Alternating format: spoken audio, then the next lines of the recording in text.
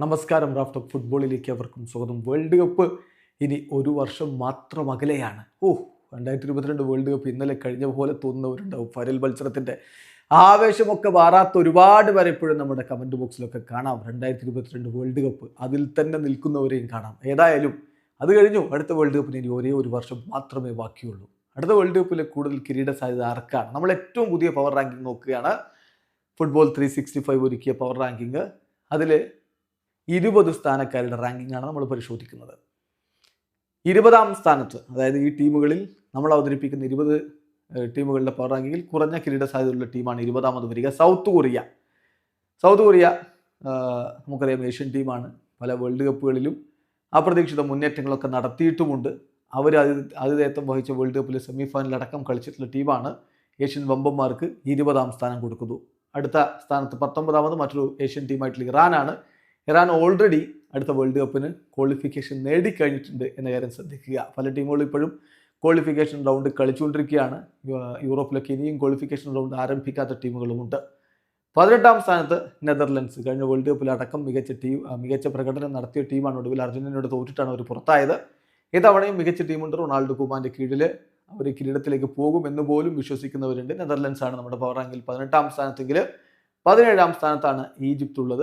മോസലായും അതുപോലെ ഒമർ മർമോഷും ഒക്കെ ചേരുമ്പോൾ മികച്ചൊരു ടീം അവർക്കുണ്ട് എന്ന കാര്യത്തിൽ തർക്കമില്ല. 16ാം സ്ഥാനത്താണ് ക്രൊയേഷ്യ.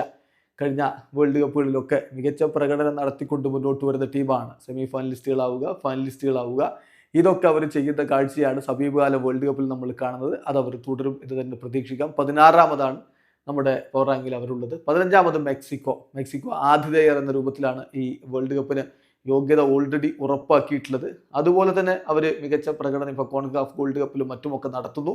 കോപ്പ അമേരിക്കയിൽ അവർ ഇത്തവണ പങ്കെടുത്തിട്ടുണ്ടായിരുന്നു. ഏതായാലും മെക്സിക്കോ അത് നേർന്ന നിലയിൽ മികച്ച പ്രകടനം നടത്തുമെന്നാണ് ആരാധകർ പ്രതീക്ഷ. 14ാം സ്ഥാനത്ത് ബെൽജിയം. അവരുടെ ഗോൾഡൻ ജനറേഷൻ ഇങ്ങനെ ഫെയ്ഡായി പോയിക്കൊണ്ടിരിക്കുകയാണ്. പക്ഷേ വേണ്ട വിധത്തിലുള്ള കിരീടങ്ങളിലേക്കൊന്നും അവർ പോകാൻ പറ്റിയിട്ടില്ല. ഇത്തവണ അതുണ്ടാകുമോ? കാത്തിരുന്ന് കാണണം. 13ാം സ്ഥാനത്ത് USA. ഓൾറെഡി ക്വാളിഫൈഡ് ആണ്. അവരാണല്ലോ പ്രമുഖ ആതിഥേയരായിട്ടുള്ളത്. 94 ശേഷം ആദ്യമായിട്ട് അവർ ആതിഥേയത്വം വഹിക്കുന്ന വേൾഡ് കപ്പിൽ മികച്ച പ്രകടനം നടത്തുമെന്ന പ്രതീക്ഷയിൽ ആരാധകർ കാത്തിരിക്കുന്നു. 12ാം സ്ഥാനത്താണ് കൊളംബിയ. എന്തായാലും അവരെ സംബന്ധിച്ചിടത്തോളം മികച്ച ഒരു ഇമ്പാക്റ്റ് ഇനിയുള്ള വേൾഡ് കപ്പുകളിലെങ്കിലും അവർക്ക് ഉണ്ടാക്കിയെടുക്കേണ്ടതുണ്ട്. 11ാം സ്ഥാനത്ത് ജപ്പാനാണ്. ഏഷ്യൻ ടീമായിട്ടുള്ള ജപ്പാൻ ഓൾറെഡി ക്വാളിഫൈ ചെയ്ത ടീമാണ്. ജപ്പാൻ്റെ ഒരു ക്വാളിറ്റി എല്ലാവർക്കും അറിയാം. ഏഷ്യൻ ടീമുകളിൽ ഏറ്റവും കരുത്തുറ്റ ടീം അവരാണ്. അവരൊരു അപ്രതീക്ഷിത മുന്നേറ്റം നടത്തിയാൽ അത്ഭുതപ്പെടേണ്ടതില്ല. 10ാം സ്ഥാനത്ത് ഇക്വഡോർ. യുവതാരങ്ങളെ വെച്ചുകൊണ്ട് മിന്നും പ്രകടനം നടത്തിക്കൊണ്ട് നമ്മളെ വിസ്മയിപ്പിച്ച ആ ടീം ഇനി അതിൻ്റെ പാരമ്പര്യയിൽ കളിക്കും എന്ന പ്രതീക്ഷയിൽ അവരുടെ ആരാധകരെ കാത്തിരിക്കുകയാണ്. 9ാം സ്ഥാനത്ത് ഉറുഗ്വായി ഉണ്ട്.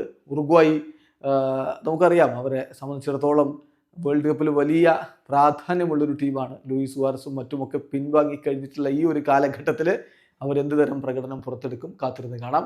8ാം സ്ഥാനത്ത് പോർച്ചുഗൽ മഹാരഥന്മാരെയൊക്കെ വെച്ച് കളിച്ചിട്ടും ഇതുവരെ കിരീടത്തിലേക്ക് പോകാൻ പറ്റിയിട്ടില്ല. ഇനിയിപ്പോൾ ക്രിസ്ത്യാനോ റൊണാൾഡോയുടെ ഒരു പക്ഷേ അവസാനത്തെ വേൾഡ് കപ്പ് ആയിരിക്കും. അതിലെങ്കിലും കിരീടത്തിലേക്ക് പോകാൻ പറ്റുമോ? കാത്തിരുന്ന് കാണണം. അടുത്തത് 7ാം സ്ഥാനത്ത് മൊറോക്കോയാണ്. മൊറോക്കോ കഴിഞ്ഞ വേൾഡ് കപ്പിന്റെ സെമി ഫൈനൽ കളിച്ചുകൊണ്ട് നമ്മൾ ഞെട്ടിച്ച ആഫ്രിക്കൻ ടീമാണ്. സൂപ്പർ താരങ്ങൾ, ലാ ലീഗയിലും മറ്റുമൊക്കെ കളിക്കുന്ന താരങ്ങൾ അവർക്കുണ്ട്. അവരിൽ നിന്ന് മികച്ച പ്രകടനം ആരാധകർ പ്രതീക്ഷ. 6ാമതാണ് ബ്രസീൽ വരുന്നത്. നമുക്കറിയാം 2002 ഏറ്റവും ഒടുവിൽ ബ്രസീൽ വേൾഡ് കപ്പ് നേടിയത്. എന്തായാലും തുടരെ വേൾഡ് കപ്പിന്റെ ക്വാർട്ടർ ഫൈനലിലേക്ക് അതിനൊക്കെ ശേഷം അവർ എത്തുന്നുണ്ട്. പക്ഷേ അവസാന 8ൽ നിന്ന് മുന്നോട്ട് പോകാൻ പലപ്പോഴും കഴിയാറില്ല. ഇത്തവണയും ടീമിന്റെ സ്ഥിതിവിശേഷം അത്ര മികച്ചതൊന്നുമില്ല. പക്ഷേ കാർലോ അഞ്ചലോട്ടിയൊക്കെ വരും കോച്ചായിട്ട് എന്നാണ് പലരും പറയുന്നത്. അങ്ങനെ വന്നു കഴിഞ്ഞാൽ തീർച്ചയായിട്ടും മുന്നോട്ട് പോകാൻ കെൽപ്പുള്ള താരങ്ങൾ ബ്രസീലിയൻ ദേശീയ ടീമിനുണ്ട്. 6ാം സ്ഥാനത്താണ് പവർ റാങ്കിൽ അവരെങ്കിൽ. 5ാം സ്ഥാനത്താണ് ഇംഗ്ലണ്ട് ഉള്ളത്. ഇംഗ്ലണ്ട് എല്ലാ തവണയും വലിയ രൂപത്തിലുള്ള പ്രതീക്ഷകളുമായിട്ടാണ് വരാറ്. പക്ഷേ ഇത്തവണയെങ്കിലും അത് ഫലവത്താക്കി മാറ്റാൻ അവർക്ക് കഴിയട്ടെ. 4ാമത് ജർമ്മനി. കഴിഞ്ഞ 2 വേൾഡ് കപ്പുകളിലും ഗ്രൂപ്പ് സ്റ്റേജിലും അടങ്ങിപ്പോയി നാണം കെട്ട ജർമ്മനി ഇപ്പോൾ തിരിച്ചുവരവിൻ്റെ പാതയിലാണ്.